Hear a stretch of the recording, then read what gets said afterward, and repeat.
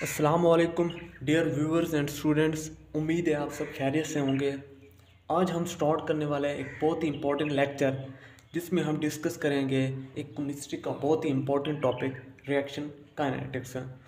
इस चैप्टर में से जिस किस्म के क्वेश्चन बन सकते हैं उनको डिस्कस करेंगे और इसके अंदर जितनी भी ट्रिक्स होंगी उनको भी हम वन बाय वन करके डिस्कस करते हैं। Let's start reaction kinetics. Reaction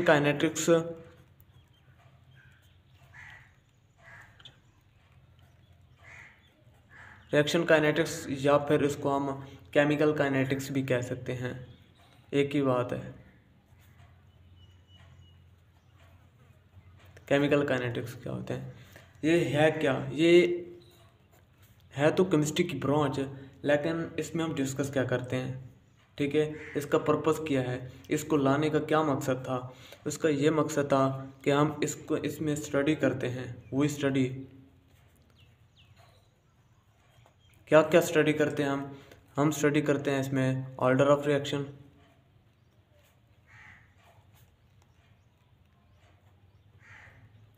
rate of reaction,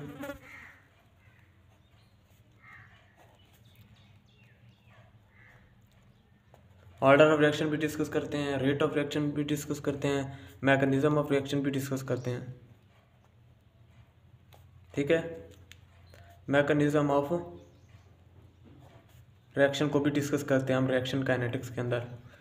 एक होती है केमिकल इक्वेशन, ठीक है।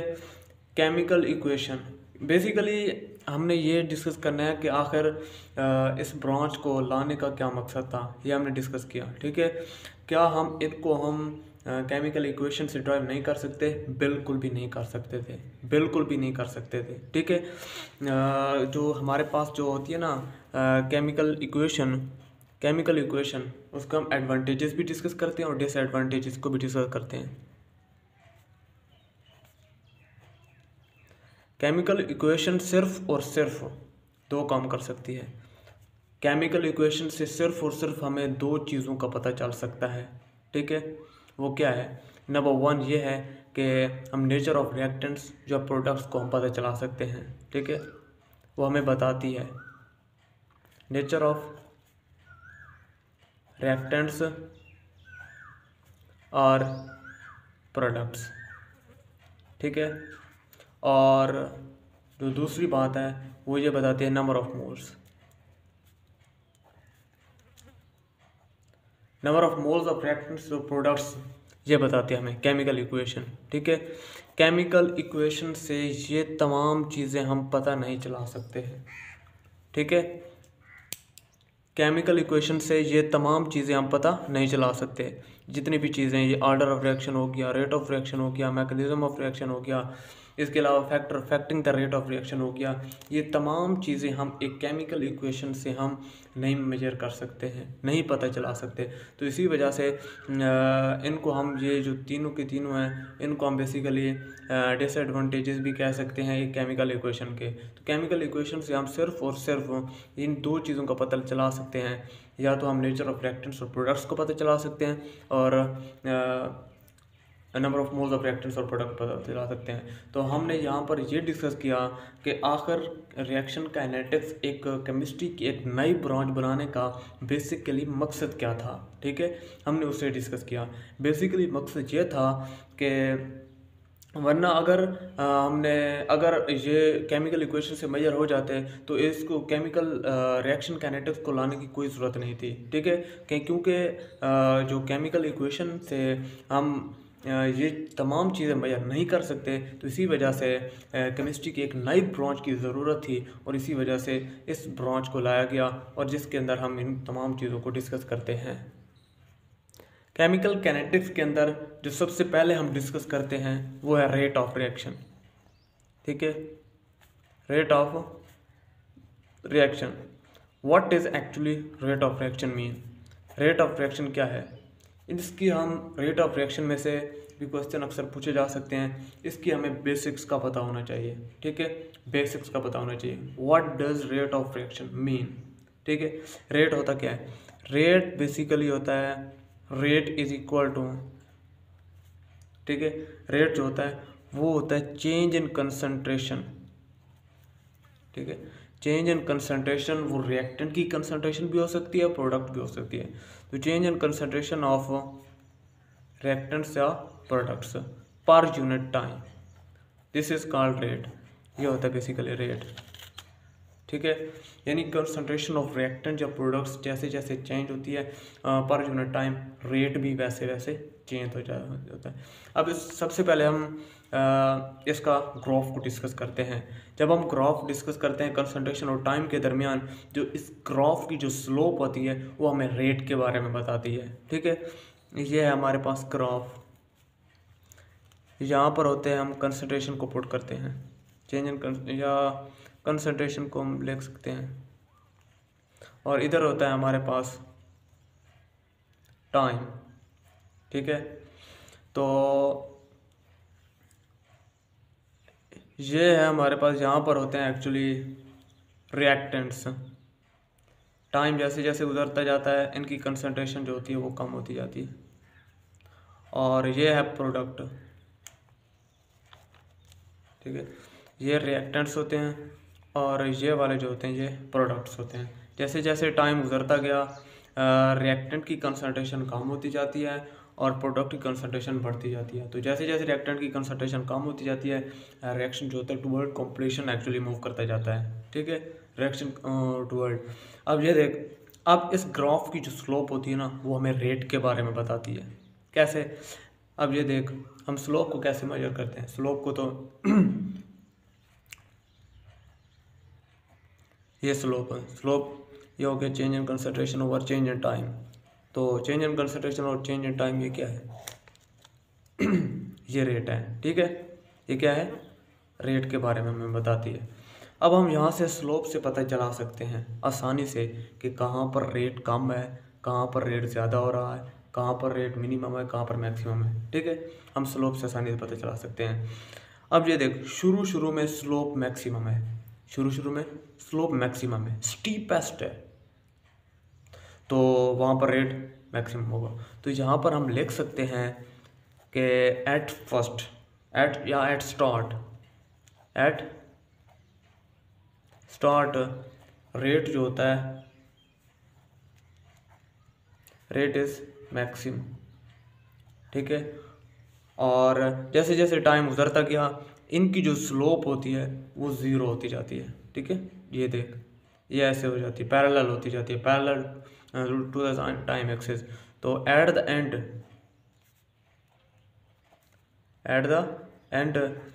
जो रेट होता है वो मिनिमम हो जाता है। मिनिमम कह सकते हैं, रेट इज मिनिमम भी कह सकते हैं, या फिर उसे नेग्लिजिबल भी कह सकते हैं। नेग्लिजिबल होता है ना, नेग्लिजिबल हो सकता है, या फिर हम उसे ज़ीरो भी कह सकते हैं, ठीक है। ज़ीरो भी कह सकते हैं। क्यों ज़ीरो कह सकते हैं? क्योंकि रेट डिपेंड करता है basically concentration of the reactants. तो जैसे जैसे टाइम गुजरता जाएगा यहाँ पर concentration of the reactant zero होती जाएगी और इसी वजह से जो रेट होगा वो भी ज़ीरो होता जाएगा। इसके अलावा जब हम देखते हैं ना इस ग्राफ में, यहाँ पर देख, हर मोमेंट के ऊपर, हर लम्हे के ऊपर जो स्लोप है ना वो चेंज हो रही है, ठीक है। किसी भी मोमेंट के ऊपर चेक कर लो आप, ठीक है, जो स्लोप है वो चेंज हो रही है। तो स्लोप का मतलब क्या है? रेट है, ठीक है। तो rate at every moment, rate changes, rate कभी कांस्टेंट नहीं होता, ठीक है। At every moment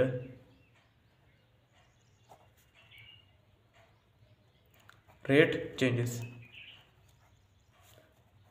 every moment rate जो होता है वो चेंज होता रहता है, रेट कभी कांस्टेंट नहीं रहता। At every moment rate changes and as the reaction proceed rate decreases, as the reaction proceeds rate decreases। अब ये रेट डिक्रीज क्यों होता है? सिंपल, एक सिंपल रीज़न है इसकी। रेट डिक्रीज इस वजह से होता है क्योंकि रेट डिपेंड करता है रिएक्टेंट के ऊपर, रेट डिपेंड करता है कंसंट्रेशन ऑफ रिएक्टेंट्स के ऊपर। तो जैसे जैसे रिएक्शन प्रोसीड करता जाता है रिएक्टेंट की कंसंट्रेशन कम होती जाती है, इसी वजह से जो रेट होता है वो डिक्रीज होता जाता है। ठीक है, ये इसके की पॉइंट्स थे रेट। इसके अलावा रेट की ना जब हम क्लासिफिकेशन करते हैं रेट ऑफ रिएक्शन के हवाले से, तो 3 कैटेगरीज होती हैं एज द, ये डिपेंड करता है टाइम के ऊपर। ठीक है, कुछ होते हैं फास्ट रेट ऑफ रिएक्शंस होते हैं, कुछ स्लो होते हैं, कुछ मॉडरेट होते हैं। तो क्लासिफिकेशन के मुताबिक रेट को हम 3 कैटेगरीज के अंदर डिवाइड करते हैं। ठीक है, रेट ऑफ रिएक्शन। ठीक है, सबसे जो पहली कैटेगरी है वो होता है फास्ट रेट ऑफ रिएक्शन। ठीक है, फास्ट रिएक्शंस।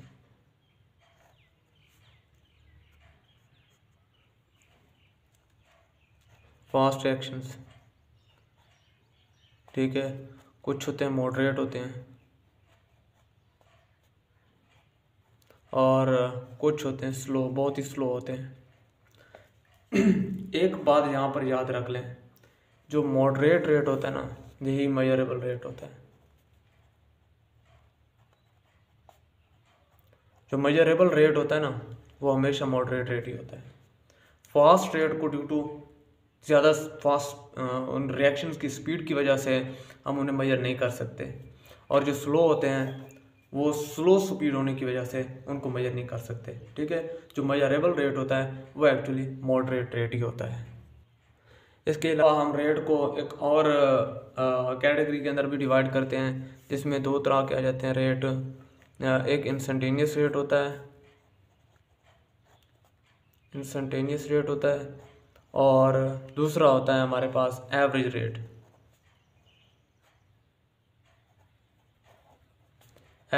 होता है। ठीक है, एवरेज रेट, इनका कंपैरिजन हम चेक करते हैं। यहाँ पर है इंस्टेंटेनियस रेट और दूसरा है यहाँ पर average rate.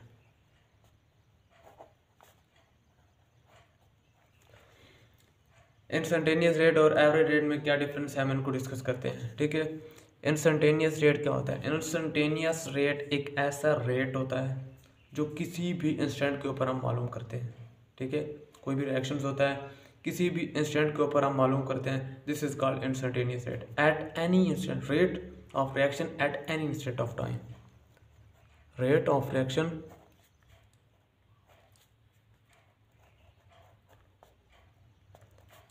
At any instant of time.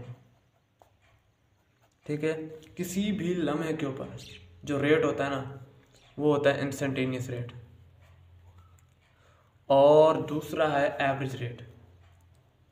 Average rate क्या होता है? Average rate 2 specific time interval के दरमियान रेट होता है। ठीक है, the rate of reaction of between 2 specific time intervals।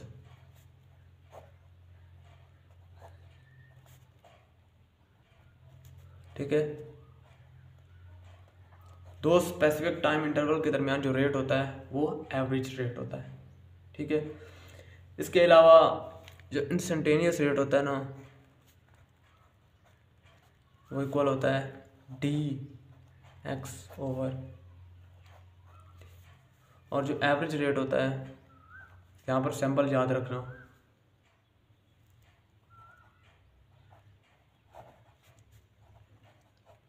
यहाँ पर होगा डेल्टा। ठीक है, डेल्टा x/डेल्टा t, ये सैंपल याद रखना, ये वाला है। और ये लार्ज चेंज को शो करता है, और ये वेरी स्मॉल चेंज को शो करता है।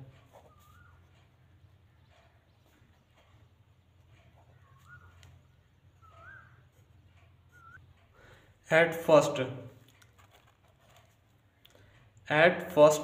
इंस्टेंटेनियस रेट ज़्यादा होता है, यानी जो इंस्टेंटेनियस रेट होता है स्टार्ट ऑफ द रिएक्शन वो हायर होता है। ठीक है, एट फर्स्ट, यानी स्टार्ट में जो इंस्टेंटेनियस रेट होता है rate is higher than average rate. इसकी रीज़न भी है, ठीक है। इसकी रीज़न ये है कि वैसे भी हम डिस्कस कर चुके हैं, किसी भी लम्हे के ऊपर वो इंस्टेंटेनियस रेट होता है और शुरू शुरू में स्लोप बहुत ही ज़्यादा मैक्सिमम होती है, और इसी वजह से जो इंस्टेंटेनियस रेट होता है एट फर्स्ट वो ज़्यादा मैक्सिमम होता है। इसकी और रीज़न भी है, वो क्या है कि जो रेट होता है वो डिपेंड करता है किसके ऊपर, कंसंट्रेशन ऑफ रिएक्टेंट के ऊपर। तो स्टार्ट में कंसंट्रेशन ऑफ रिएक्टेंट बहुत ही ज़्यादा होती है, तो इसी वजह से जो इंस्टेंटेनियस रेट होता है वो स्टार्ट में मैक्सिमम होता है, ठीक हो गया। इसके बाद at first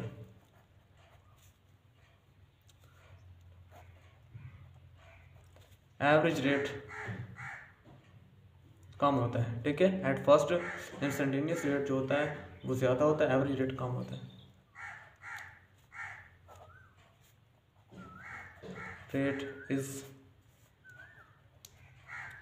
laser than instantaneous rate, ठीक हो गया।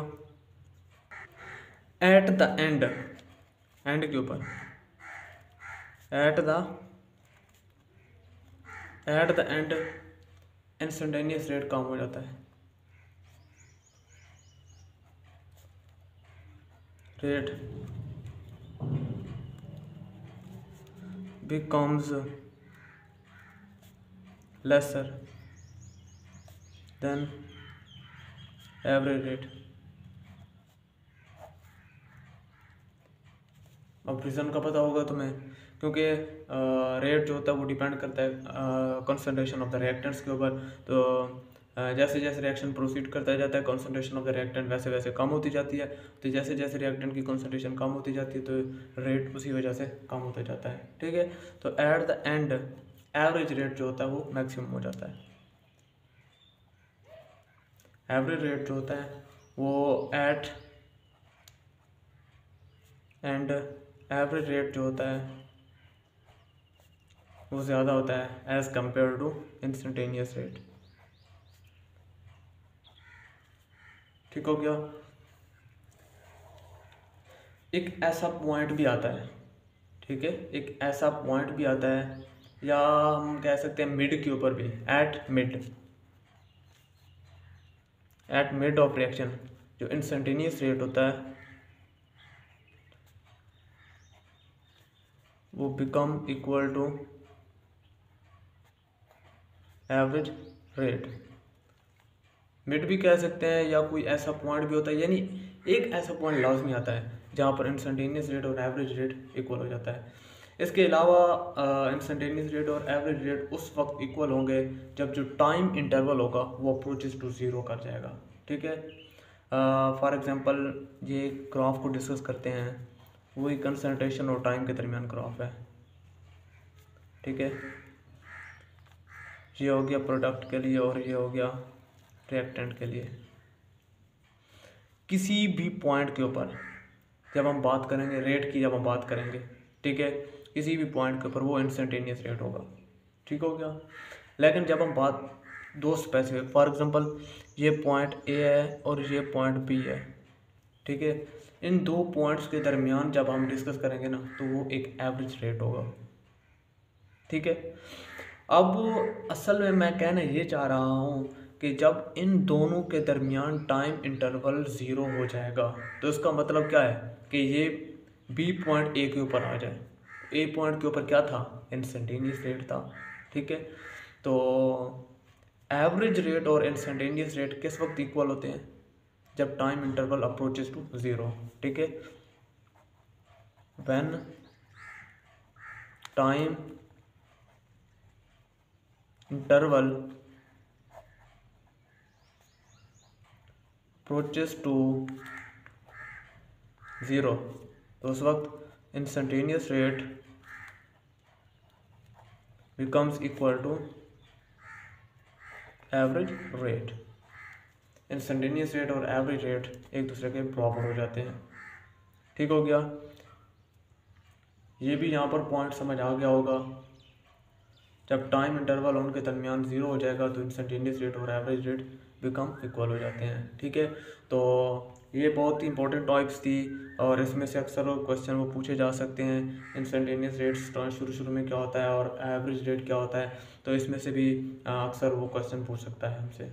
ठीक है, तो इसकी जितनी भी डिटेल डिस्कशन थी उसको डिस्कस का, और इसके अंदर जो भी ट्रिक्स वगैरह थी उनको भी हमने डिस्कस कर लिया कि शुरू में इंस्टेंटेनियस रेट हायर होता है और जैसे जैसे टाइम उतरता जाता है इंस्टेंटेनियस रेट कम होता जाता है। क्यों कम होता है इनको भी हमने डिस्कस कर लिया। इसके बाद हम डिस्कस करते हैं स्पेसिफिक रेट कांस्टेंट और velocity constant. Specific rate constant या फिर वेलोसिटी कांस्टेंट।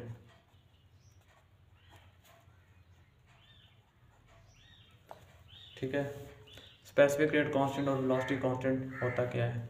डेफिनेशन तो वैसे बुक में भी लिखी हुई है, इसको हम वो ये पता चला है कि ये होती कैसे है। बुक में ये लिखी हुई है कि जो स्पेसिफिक रेट कांस्टेंट है या वेलोसिटी कांस्टेंट है वो एक्चुअली इक्वल होता है रेट के, जब concentration of reactants become equal to unity. ठीक है, उसको हम बाद में डिस्कस करते हैं। सबसे पहले according to law of mass action के मुताबिक जो रेट होता है ना वो डायरेक्टली प्रोपोर्शनल होता है active mass of concentration of reactants के। ठीक है, फॉर एग्जांपल ये रिएक्टेंट्स दो थे हमारे पास, ए प्लस बी है, वो इक्वल होता है या सी प्लस डी के। ठीक है, ये हमारे पास यहाँ पर दो रिएक्टेंट्स है ए और बी के, तो जो रेट होता है वो एक्चुअली इक्वल होता है concentration of A and B. ठीक है, तो ये रेट इनके बराबर हो जाता है। अब इस प्रोपोर्शनल कांस्टेंट को हटाने के लिए हमें कोई एक कांस्टेंट को लाना होगा। ठीक है, उस कांस्टेंट को हम बेसिकली वेलोसिटी कांस्टेंट कहते हैं।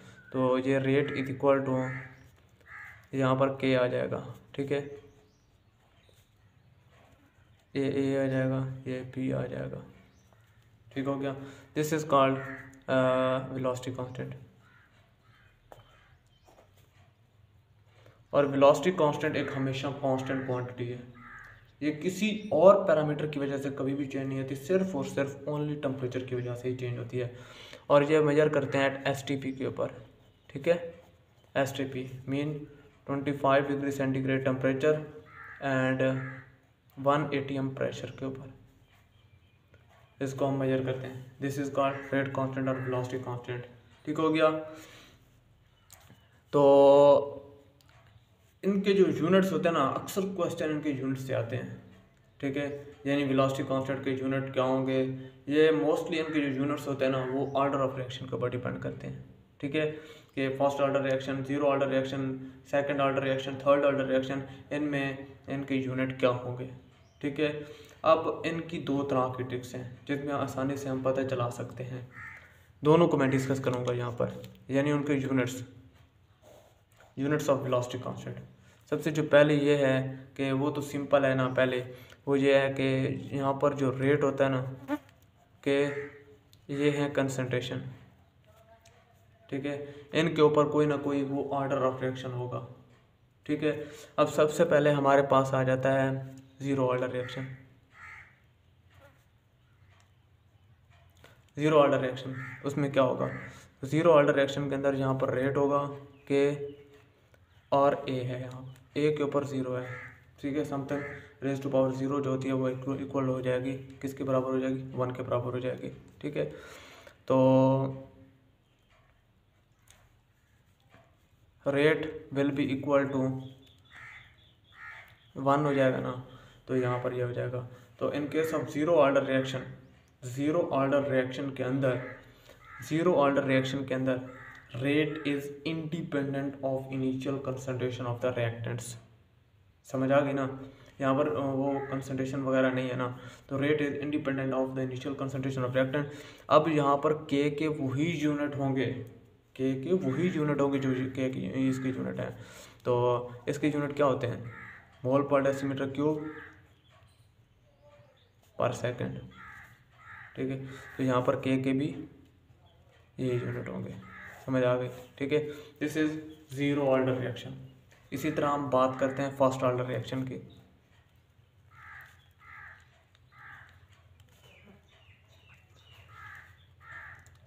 First order of reaction rate is equal to K, ये ए आ जाता है यहाँ पर, ये फर्स्ट आ जाएगा। ठीक है, अब ये देख, अब हम के की यूनिट को कैसे मालूम करेंगे। ये आ जाएगा हमारे पास रेट, ठीक है, ओवर इनिशियल कंसंट्रेशन, इसकी पावर एक ही है ना। ठीक है, तो रेट के यूनिट क्या होते हैं, मोल पर डेसीमीटर क्यूब पर सेकंड ओवर, इसके इनिशियल कंसंट्रेशन के भी वही होते हैं ना, मोल पर डेसीमीटर क्यूब ही होंगे। मोल पर डेसीमीटर क्यूब ही होंगे। इससे ये कैंसिल हो जाएगा और इसका जो यूनिट होगा वो पर सेकंड आ जाएगा। ठीक है,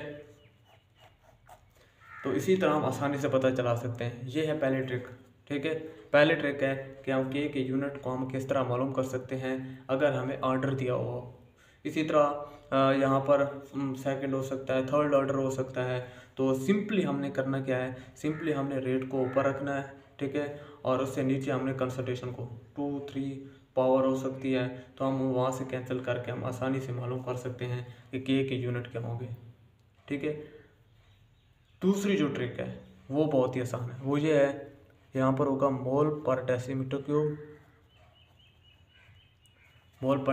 क्यूब, ये लिखना है। ठीक है, 1 माइनस एन क्या है, ऑर्डर ऑफ रिएक्शन है, पर सेकंड कर देना है। यहाँ पर एन जो होगा वो ऑर्डर ऑफ रिएक्शन, वो 0 भी हो सकता है, 1 भी हो सकता है, 2 भी हो सकता है, 3 भी हो सकता है, बस 4 नहीं हो सकता। ठीक है, यहाँ पर n की वैल्यू इसके अंदर पुट करके हम आसानी से वो, फॉर एग्जांपल वो कहता है कि 0 ऑर्डर रिएक्शन के अंदर मालूम करो इसके यूनिट। अब 0 ऑर्डर रिएक्शन के अंदर हम कैसे मालूम करेंगे, सिंपली n की जगह पर 0 पुट करेंगे। जब इसकी जगह पर 0 पुट करेंगे तो 1 आ जाएगी, तो मोल पर डेसीमीटर पर सेकंड ही आ जाएगी, जो यहाँ पर हमने कैलकुलेट की थी। ठीक है, अगर वो कहता है कि फर्स्ट ऑर्डर रिएक्शन है तो यहाँ पर 1 पुट करेंगे, 0 हो जाएगा, ये 0 हो जाएगा, ये 1 के बराबर हो जाएगा, सिंपली पर सेकंड बचेगा, तो यहाँ पर सेकंड आ जाएगा। ठीक है, तो इस तरह हम वेलोसिटी कांस्टेंट के यूनिट आसानी से कैलकुलेट कर सकते हैं। ठीक हो गया, वो इसकी आप डेफिनेशन उसको मैं डिस्कस करता हूँ। ठीक है, वो यहाँ से ही डिस्कस हो जाती है। When the concentration of reactants become unity, velocity constant is equal to rate constant. ठीक है, वेलोसिटी कांस्टेंट डेफिनेशन यही होती है ना कि वेलोसिटी कांस्टेंट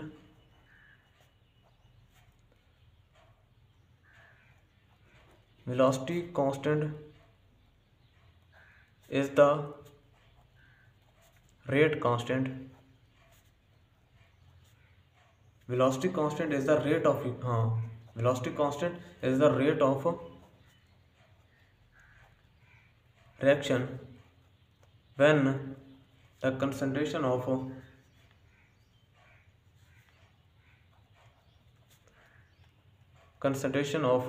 reactants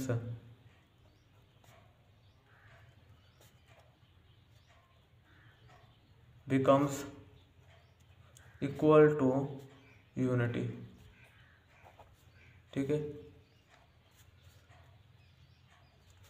इसको हम ऑलरेडी डिस्कस कर चुके हैं। जब कंसंट्रेशन ऑफ रिएक्टेंट्स यूनिटी हो जाएगी तो जो रेट कांस्टेंट होगा वो रेट के बराबर हो जाएगा। ठीक हो गया, तो ये भी हमारा टॉपिक हो गया, रेट कांस्टेंट और वेलोसिटी कांस्टेंट। ठीक है, नेक्स्ट हमारा टॉपिक है ऑर्डर ऑफ रिएक्शन। तो इस लेक्चर में हमने रिएक्शन काइनेटिक्स की बेसिक्स को डिस्कस किया, आखिर इस ब्रांच को लाने का मकसद क्या था, और रेट को कम्प्लीटली डिस्कस किया, और रेट के साथ साथ हमने वेलोसिटी कांस्टेंट को भी कम्प्लीटली डिस्कस किया। ठीक है, आगे हम नेक्स्ट लेक्चर के अंदर हम डिस्कस करेंगे कम्प्लीटली ऑर्डर ऑफ रिएक्शन को।